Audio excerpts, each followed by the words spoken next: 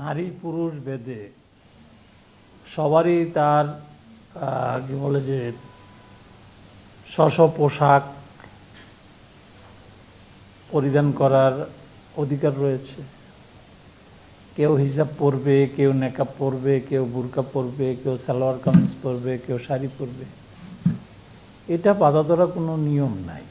সুতরাং ভোট কেন্দ্রে যার যার রুচি মাফিক যার যার অভ্যাসগতভাবে পোশাক পরবেন, পরিধান করবেন,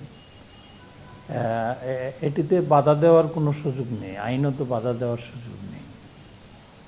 আমাদের আচরণবিধি বলেন, গণপ্রতিনিধিত্ব আদেশ বলেন, ভোট কেন্দ্রে ছদ্মবেশ ধারণ, একজনের ভোট আরেকজন দেওয়া, জাল ভোট দেওয়া, বিশৃঙ্খলা সৃষ্টি করা, প্রত্যেকটা কিন্তু আইনগত বিধান রয়েছে। সেই আইনের পরিপন্থী যদি কোনো কাজ হয় সেখানে আইন শৃঙ্খলা রক্ষাকারী বাহিনী থাকবে। যদি ক্রিমিনাল অফেন্স হয় তাহলে ফৌজদারি মামলা হবে। যদি আচরণবিধি পরিপন্থী হয় সেখানে আচরণবিধি পরিপন্থী কাজের যে শাস্তি সেই শাস্তি হবে।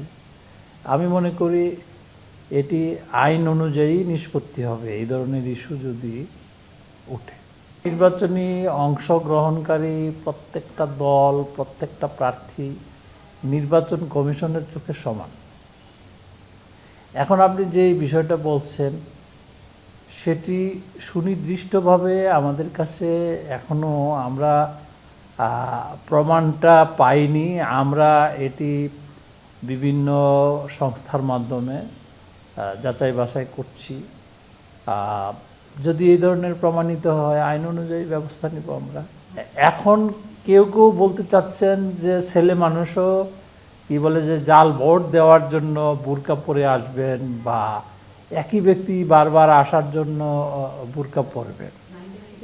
এটা এইবার কোনোভাবে এটা সুযোগ পাবে না এবং এটি যারা করার প্ল্যান প্রোগ্রাম করছেন আপনাদের মিডিয়ার মাধ্যমে জানাতে চাই, এ ধরনের অ্যাটেম্প নিলে তারা নিশ্চিত বিপদে পড়বেন এবং সর্বোচ্চ শাস্তির সম্মুখীন হবেন।